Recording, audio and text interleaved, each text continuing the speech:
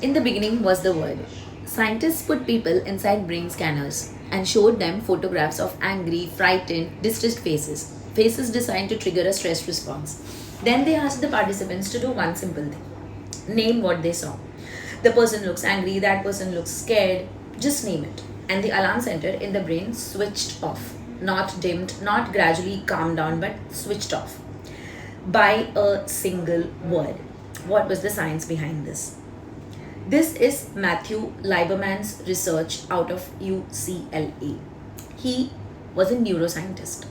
Now, the moment you put a feeling into words, he said, what happens to your prefrontal cortex, the thinking, reasoning, decision making part of your brain? It sends a signal to the amygdala. Your amygdala is your threat detector, your alarm system, the part of you that decides fight, flee, or freeze. And language quiets it down, is what Matthew Lieberman said. The people in the scanner weren't meditating, they weren't taking deep breaths, they just used a word.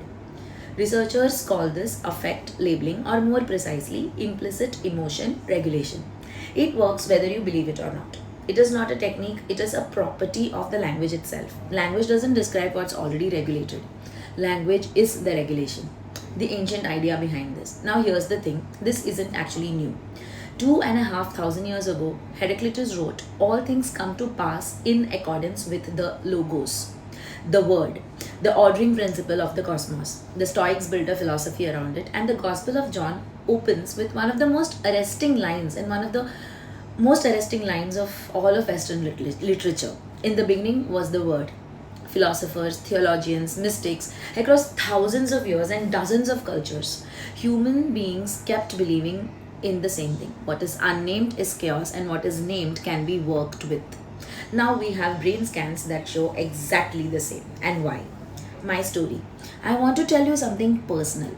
A few months rather, I was working on an international philanthropic project. One I believed in, one I had given everything to. I had been hired for one location.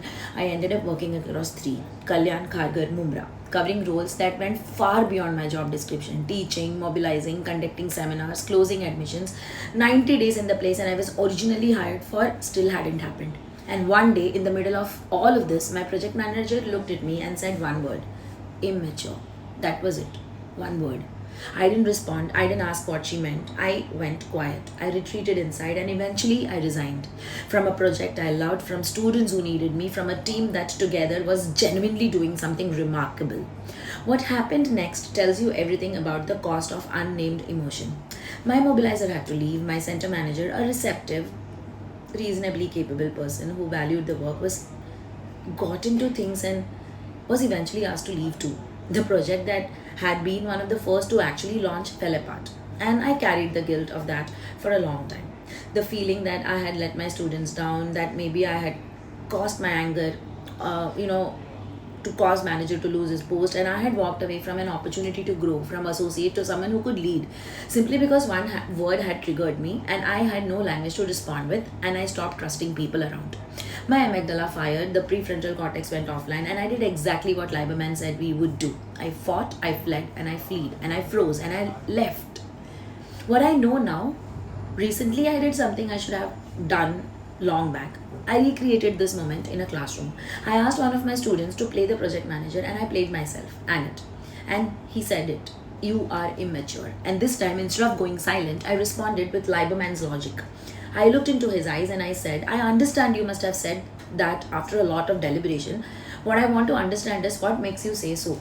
I was hired for Kalyan. I worked at Kharghar for 2 months. And then at Mumra, I have been teaching, mobilizing, conducting seminars, closing admissions. And initially you were good, so, but what happened between us? How much more cooperation and maturity does this situation require? And how is it what I have been doing different from that? And the room went silent, because what the response did in 4 lines was move the emotional charge from me back to her. Now she had to think. Her amygdala was doing the work, not mine. I wasn't attacking, I wasn't retreating, I was naming, and in naming, I was regulating the precision point. Now, Lieberman's team ran a follow up study with people who were terrified of spiders. They put them in a room with a live tarantula. And they found that the people who showed the greatest regulation or the reduction in fear were not the ones who simply said, I feel scared, but they were the ones who got specific words to define exactly what they felt. Not just I feel bad, but I feel a cold, creeping dread that I cannot control. Let me show you what that journey actually looks like. Imagine your idea just got rejected in a meeting. Someone asks you, how are you feeling? And you just make a very plain statement saying that bad.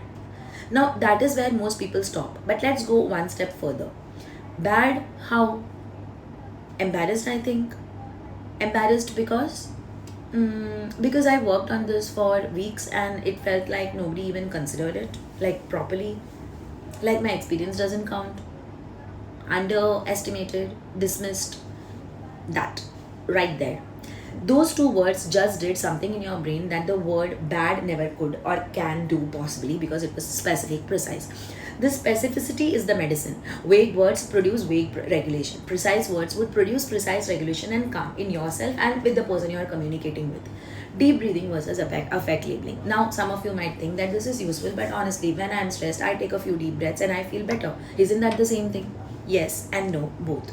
Deep breathing works. The science is absolutely solid.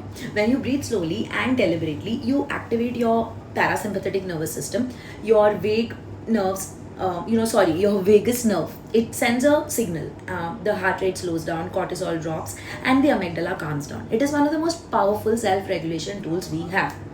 But, and this is important, so yeah, deep breathing works on the body first and the mind follows. Affect labeling works on your mind first and the body follows later. Same destination, completely different route. And here is where they part ways. And in real life, you cannot always breathe your way out of stuff that you put yourself into. In a boardroom, when someone is challenging you aggressively, you cannot close your eyes and breathe for 4 counts. How does that look? In a conversation with someone you love, pausing to breathe can look like you are shutting them up, or they feel unheard and the moment gets even worse. In a negotiation, silence can be read as a weakness. This is exactly where affect labeling steps in. It is invisible. It works splendidly well inside the conversation in real time without stopping the moment. Nobody in the room would even know that it is happening because you have trained yourself to do it so well. Think of it this way: deep breathing is the fire extinguisher, and affect labeling is the smoke detector. So, breathing puts the fire out once it is already burning, and affect labeling catches the smoke early, and before it becomes a fire, it would halt it. And if you practice both, you would be unstoppable. They do not compete, they kind of complement each other. The person who can regulate their body and their language, that person is unshakable. So, what happens next? You have named what you feel, and or you have helped someone else name that for themselves. Now please mind you one thing, this is very different from venting out. When you vent out, you are just not saying exactly what happened, but you're just giving an explanation to your feeling. That's not how it is. This is about reporting, and in less than 30 seconds it works. You just mention what you feel without attaching your editorial reflections on it. Now, why this works? Because you just say exactly what you felt, fine, splendid, and go ahead with what the person is shooting at you at that very moment. And the other person will feel it. They don't know why. Imagine me telling my project manager, what makes you feel that, ma'am? I really want to know. And our relationship would have probably grown in an entirely different way. That is the moment genuine connection becomes possible, and that is the moment genuine persuasion becomes possible. Not because you made a clever argument, because you made the other person feel safe enough to hear one. Persuasion is downstream of regulation, and regulation is downstream of the word. So here is your challenge. The next time a conversation gets tense, at work, at home, anywhere, before you defend your position, push yourself to a point, take a pause, and ask, what are you feeling right now? Can you name it? And then direct it. WORD is actually an acronym for W, witness, O, orient, R, regulate, and D is direct. If you witness, orient, regulate, and direct what you have to say, depending on what is told to you, you would be unstoppable. So then this becomes a real conversation. I wish I had known this years before. I would have been in a really good place and had much more richer and complete relationships. I know it now, and now so do you. In the beginning was the word. Turn out, neuroscience agrees. See you guys. Think over it. Solid food for thought this is.